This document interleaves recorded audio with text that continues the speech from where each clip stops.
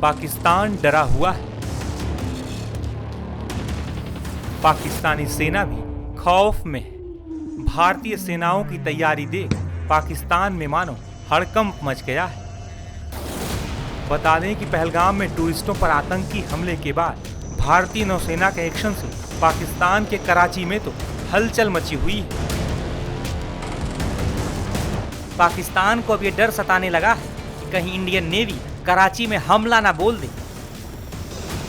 दरअसल भारतीय नौसेना के डिस्ट्रॉयर आईएनएस सूरत ने अरब सागर में समुद्र की सतह के पास टारगेट को निशाना बनाया। भारतीय नौसेना ने मध्यम दूरी की सतह से हवा में मार करने वाली मिसाइल दागी। भारत ने इस मिसाइल परीक्षण के जरिए पाकिस्तान को कड़ा संदेश देने की कोशिश की है।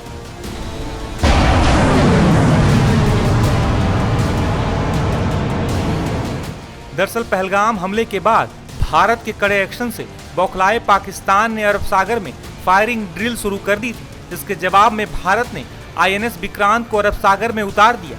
आईएनएस विक्रांत को अरब सागर में करवट तट के पास तैनात किया गया है। आईएनएस विक्रांत भारत का पहला एयरक्राफ्ट कैरियर है जिसने 1971 के युद्ध में पाकिस्तान को घुटने टेकने पर मजबूर कर दिया था। साल 1997 में आईएनएस विक्रांत सेवानिवृत्त हो गया था। अब विक्रांत का नया वर्जन सामने आया है। अब यह पहले से ज्यादा ताकतवर और आधुनिक है। इस युद्धपोत के स्ट्राइक ग्रुप में एक विमान वाहक पोत, विध्वंसक, फ्रिगेट, पनडुब्बी रोधी युद्धपोत और कई सहायक जहाज शामिल हैं। इसी वजह से आईएनएस विक्रांत एक मजबूत सुरक्षा कवच बनाता है। आईएनएस विक्रांत पाकिस्तानी नौसेना के छक्के छुड़ा सकता है। कराची ही नहीं बल्कि पूरे पाकिस्तान में ये कोहराम मचा सकता है। दरअसल पहलगाम में आतंकी हमले के बाद बड़े पैमाने पर सर्च ऑपरेशन भी चलाया जा रहा है।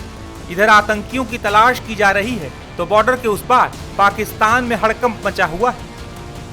बैसरन पहलगाम में हुए आतंकी हमले के बाद लगातार आतंक विरोधी ऑपरेशन को अंजाम दिया जा रहा है।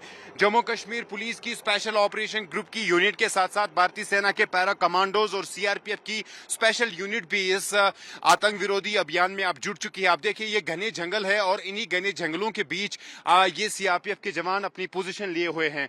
भारी तादाद में यहाँ पर जो है सीआरपीएफ, जम्मू कश्मीर पुलिस और भारतीय सेना की नफरी को तैनात किया गया है। यहाँ पर उनकी उपस्थिति की गई है और इस वक्त जो फोकस है वो सुरक्षा बलों का है कि जल्द से जल्द उन आतंकवादियों को ढेर किया जाए जो इस हत्याकांड में शामिल है, जिन्होंने कल दोपहर के बाद यहां पर जो है पर्यटकों को निशाना बनाया और उन पे गोलियां चलाई। ये देखिए आप, ये कितने घने जंगल है और इन्हीं घने जंगलों के बीच ये बैसरन की वादी है। इन्हीं घने जंगलों के बीच ये सर्च ऑपरेशन चलाया जा रहा है और यही कोशिश इस वक्त सुरक्षा बलों की है कि उन आतंकवादियों को जल्द से जल्द ढूंढ लिया जाए। एनआईए की टीम भी बैसरन वादी में पहुंच चुकी है और इस टीम के जो ऑफिसर है वो लगातार जम्मू कश्मीर पुलिस के अधिकारियों के साथ, भारतीय सेना के बड़े सीनियर अधिकारियों के साथ बातचीत कर रहे हैं। इंफॉर्मेशन को इकट्ठा किया जा रहा है, सारी इंफॉर्मेशन एकत्रित की जा रही है और कोशिश की जा रही है कि इस पूरे एरिया को पहले जो है उसकी डिटेल्स दी जाए, पूरी तरीके से स्टडी किया जाए। क्योंकि जैसे मैंने बता दिया, बैसरन एक छोटी सी वैली है जो कि चारों ओर से इन गंजा जो डेंस फॉरेस्ट है इनसे घेरी हुई है और इन्हीं फॉरेस्ट एरियाज के बीच जो है ये सीआरपीएफ के जवान भी अब इस एंटी टेरर ऑपरेशन में जुड़ गए हैं और कोशिश लगातार की जा रही है जो है इन आतंकवादियों को ढूंढ निकाला जाए। सुरक्षा बलों को बड़ी ये सफलता मिली है कि जो अटैक स्पॉट है यहाँ से एक मोटरसाइकिल मिली है जिसकी रजिस्ट्रेशन नहीं है, उससे उसके पर भी इन्वेस्टिगेशन लगातार जारी है। उसके साथ साथ जो सूत्र हमें बता रहे हैं कि कुछ लोगों को क्वेश्चनिंग के लिए भी बुलाया जा सकता है। फिलहाल प्राथमिकता यही है कि उन आतंकवादियों को जल्द से जल्द ढूंढ लिया जाए, इनको ढेर लिया जाए, क्योंकि गृह मंत्री अमित शाह श्रीनगर में उन्होंने इस हमले में उन पर्यटकों को श्रद्धांजलि अर्पित की है जिनकी जान इस आतंकी हमले में चली गई है। और उसके साथ साथ अब वो यहाँ पहलगाम की इस बैसरन वादी में भी आ सकते हैं, जो एक बड़ा संदेश होगा आतंकवादियों के लिए। सुरक्षा बलों के मनोबल को बढ़ाने के लिए गृह मंत्री अमित शाह यहाँ पे पहुंचेंगे। निर्देश साफ है कि एरिया डोमिनेट करे। आप देखिए किस तरीके से कितनी बड़ी संख्या में सीआरपीएफ के जवान जो है यहाँ पर पहुंच गए हैं। भारतीय सेना के पैरा कमांडोज और जम्मू कश्मीर पुलिस की जो एसओजी है, जो स्पेशल यूनिट है, उसके जवान भी यहां पर पहुंच गए हैं और पूरी तरीके से इस घेरे इस इलाके के चप्पे चप्पे को सुरक्षा बलों ने अपने कब्जे में ले लिया है। जो कॉर्डन है उसको पूरी तरीके से जो है टाइट किया गया है और किसी भी तरीके से सुरक्षा बल उन आतंकवादियों को यहां से भागने की कोशिश जो है उसको कामयाब नहीं होने दे रहे हैं। उनको बिल्कुल उस कोशिश को नाकाम बनाने के लिए यहां पर जो भारतीय सेना के जवान हैं वो पहुंच गए हैं। फिलहाल आतंक विरोधी अभियान लगातार जारी है। आर्मी के हेलीकॉप्टर्स लगातार बैसरम वाली में जो है लैंड कर रहे हैं और लगातार बड़े अधिकारी भी यहां पर पहुंच रहे हैं। पहलगाम में हुए आतंकी हमले के बाद भारत के संभावित एक्शन को लेकर एक्सपर्ट्स का क्या मानना है, सुनिए। शक्तिशाली देश है और ये बगल में पाकिस्तान अपने नॉन स्टेट एक्टर बोलते हुए, डिनाई करते हुए ये कारोबार उग्रवादी का टेररिज्म कर रहे हैं।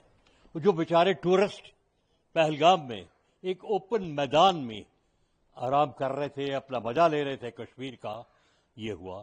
तो आपने बिल्कुल ठीक, प्रधानमंत्री जो आज कल की मीटिंग के बाद गए बिहार में, उन्होंने बहुत ही कड़क संदेश दिया है पूरी देश को कि मैं ऐसा कारोबार करूंगा कि हम इनको पकड़ेंगे और ये उग्रवादी लोगों को और टेररिज्म को हम खत्म करेंगे।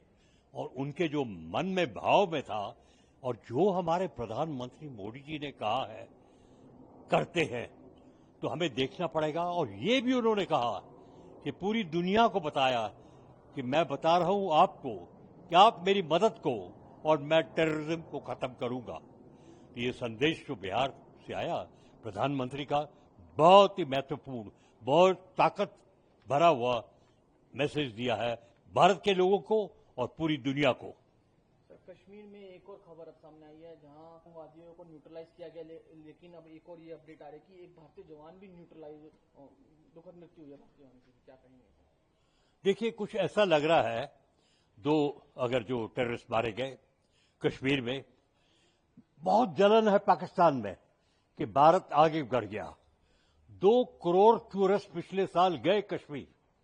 क्या आबादी और आमदनी उनकी हुई होगी, उसमें जलन है।